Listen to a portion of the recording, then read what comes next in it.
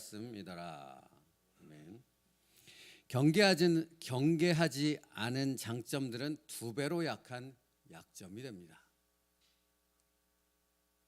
여러분, 이 말은 굉장히 중요한 것 같습니다. 장점이 약점이 됩니다. 우리가 가진 장점이 우리의 인생을, 우리의 신앙을 무너뜨리는 약점이 된다고요. 언제요? 그 장점을 너무 과신하고 그 장점에 대한 경계심을 잃어버렸을 때요. 방치된 사소한 유혹들이 경계하지 않은 장점들을 통해 우리에게 침입해 들어와 우리를 유혹하고 우리가 그동안 쌓아왔던 모든 것들을 무너뜨릴 수 있다는 것입니다. 그래서 챔버스 목사는 이렇게 말합니다. 성경의 인물들은 자신들의 장점 때문에 무너졌지 그들의 약점 때문에 무너지지 않았다는 겁니다. 여러분, 이것은 성경의 인물들만 그런 것이 아닙니다. 우리도 지금 현 시대를 사는 사람들도 똑같습니다. 이것은 신앙인만 해당되는 얘기가 아니지요. 신앙이 없는 사람들도 그들이 무너지는 이유가 무엇입니까? 그들이 쌓아왔던 모든 것을 다 잃어버리는 이유와 원인이 무엇입니까? 경계하지 않는 그들의 장점 때문이라는 것입니다. 그것이 모든 것을 무너뜨리는 유혹의 통로가 되어졌다는 것이죠.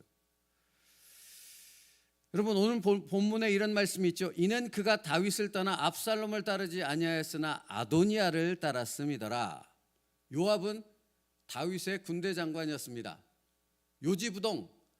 요압은 항상 다윗의 군대 장관이었습니다. 어려울 때도 군대 장관이었고 다윗이 최고로 성공하여져서 막강한 왕권을 휘두르는 다윗 왕국을 세웠을 때도 여전히 요압은 다윗의 군대 장관이었습니다. 그러니까 그는 되게 성공한 인생을 살았고 되게 화려하고 막강한 힘을 가지고 있는 사람이었다 하는 것이지요. 사실은 그래서 압살롬이 다윗을 반역할 때 가장 먼저 자기 편으로 세우려 했던 사람이 요압입니다. 왜요? 가장 막강한 힘을 가지고 있었거든요. 그러니까 요압만 자기 편으로 만들면 성공할 수 있다고 생각했던 것이지요. 그런데 놀랍게도 요압은 그 압살롬의 유혹에 넘어가지 않았습니다. 사실 여러분, 성경에 압살롬이라는 인물을 소개할 때 굉장히 화려하고 다른 사람이 보기에 흠모할 만하고 뭔가 강력한 리더십을 갖고 있고, 그러니까 굉장히 많은 장점을 가지고 있는 왕으로서의 어떤 제재를 가진 그런 사람이었던 것이죠. 그런데 반면 아도니아는 어떤 사람입니까? 똑같이 다윗의 아들이었지만 압살롬에 비한다면 아도니아는 왜 찌질하다고 말하지 않습니까? 그러니까 볼품이 없고 전혀 왕의 제목도 아니고 어떤 반역을 한다고 했을 때 압살롬은 성공할 것 같은 사람이었다면 아도니아는 전혀 성공할 것 같지 않은 그런 사람이었다라는 것이지요. 근데 오늘 성경 말씀을 보면 요압은 압살롬이 반역하고 가장 첫 번째로 그를 그 반역에 가담시키고자 이렇게 초대하고 유혹했을 때 그것을 아주 단호하게 거절하고 그 유혹으로부터 승리했습니다. 근데 압살롬에 비해서 전혀 왕감도 아니고 찌질하기 그지없는 그런 인생을 살았던 그 사람이 반역했을 때는 그것에 홀라당 넘어가 버렸다라는 것이지요. 왜냐라는 겁니다. 왜 요압은 그런 선택을 했는가? 아까 했던 말씀입니다. 경계하지 않는 장점은 가장 강력한, 오히려 두 배로 큰 약점이 될 수밖에 없는 겁니다.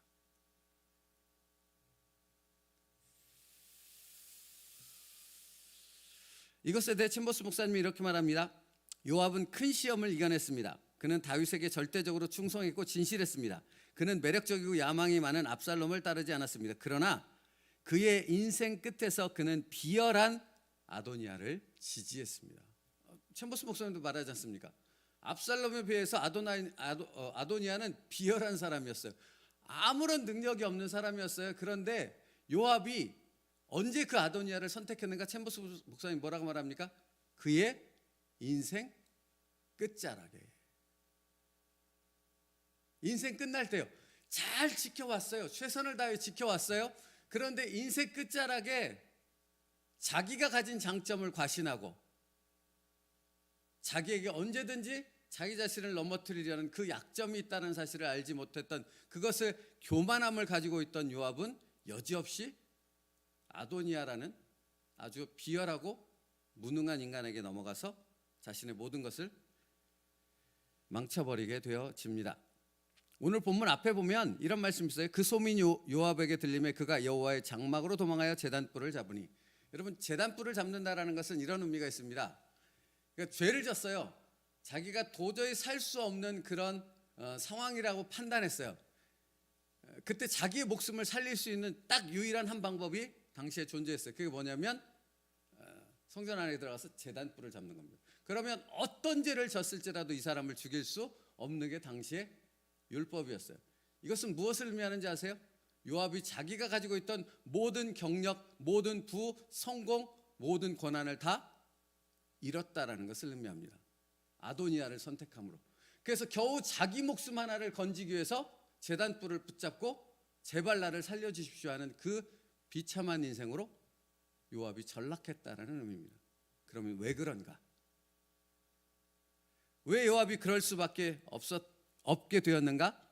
고린도전서 10장 12절은 이렇게 말합니다. 그런즉 선줄로 생각하는 자는 넘어질까 조심하라.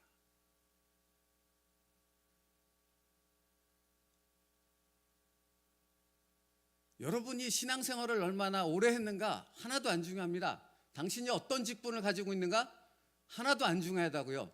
당신이 지금 깨어서 하나님 앞에 깨어 기도하는, 영적으로 깨어있는 사람이, 그래서 하나님 앞에서 자신의 장점이 약점이 될 수 있다는 사실을 아는 사람, 그래서 하나님 앞에서 사는 것을 멈추지 않는 사람, 그것이 중요하다고요. 그것 놓치면 당신의 인생 가운데는 아무것도 남는 게 없다라는 겁니다.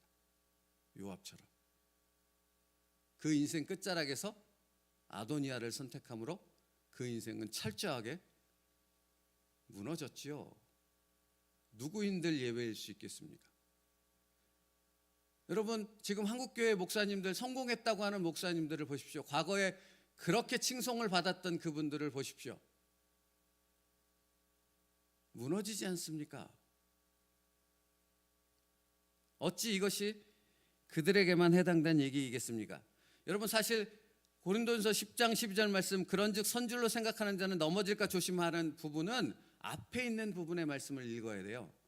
10장 1절로부터 5절 말씀을 읽어드릴게요. 보십시오. 형제들아, 나는 너희가 알지 못하기를 원하지 아니하노니 우리 조상들이 다 구름 아래에 있고 바다 가운데로 지나며 모세에게 속하여 다 구름과 바다에서 세례를 받고 다 같은 신령한 음식을 먹으며 다 같은 신령한 음료를 마셨으니 이는 그들을 따르는 신령한 반석으로부터 마셨음에 그 반석은 그리스도시라. 그 다음에 뭐라고 기록하는지 아십니까? 그러나 그들의 다수를 하나님이 기뻐하지 아니하였으므로 그들은 광야에서 멸망을 받았느니라. 여러분, 유대인들이 가졌던 자부심이 무엇입니까? 나는 아브라함의 자손이라는 겁니다. 선민이라는 겁니다. 우리에게 하나님이 말씀을 주셨고 성막을 주셨다라는 것 아닙니까? 그것이 그들을 교만케 해서 하나님을 떠나게 하는 요인이 되었다라는 것입니다.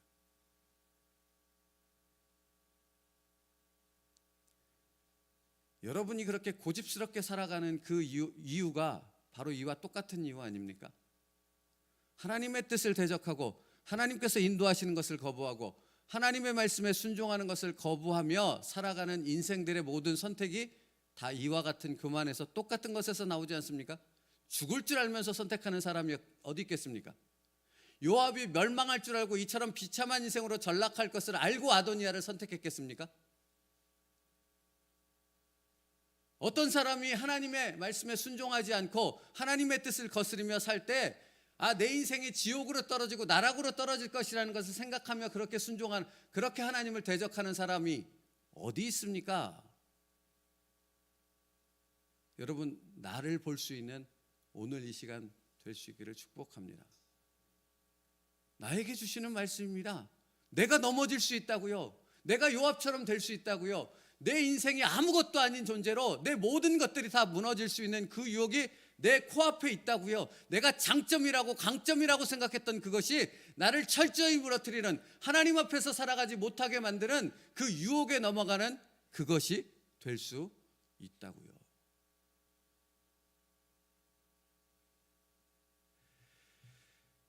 큰 위기를 통과했다면 아주 작은 일에도 깨어 있어야 합니다. 방치된 사소한 유혹들을 신경 쓰십시오. 유혹이 어디에서 올 것이라고 예상하지 마십시오. 위험은 전혀 예상치 않는 곳에 있습니다. 오래된 교회, 몇십 년 된 교회, 100년 된 교회, 그 교회 성도들이 가지고 있는 고질적인 문제점이 있습니다. 뭔지 아십니까?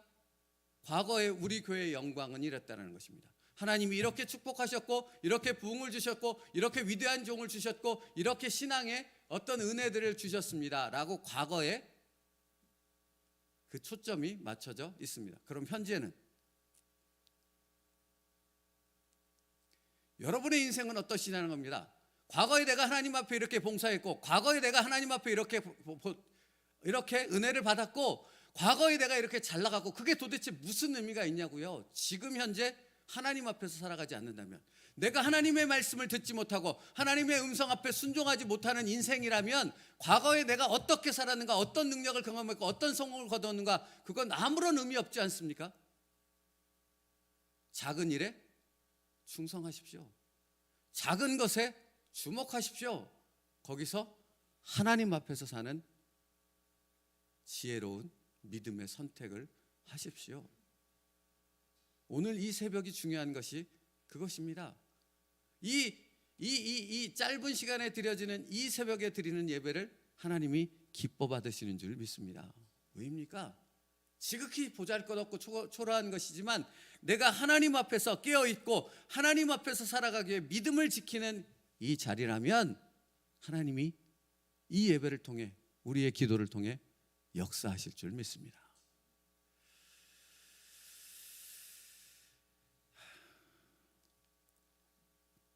눈에 크게 띄지는 않지만 작은 일, 작은 유혹들, 경계하지 않는 그 작은 것들이 우리를 넘어뜨릴 수 있다는 것을 기억해야 합니다. 챔버스 목사님 이렇게 얘기합니다.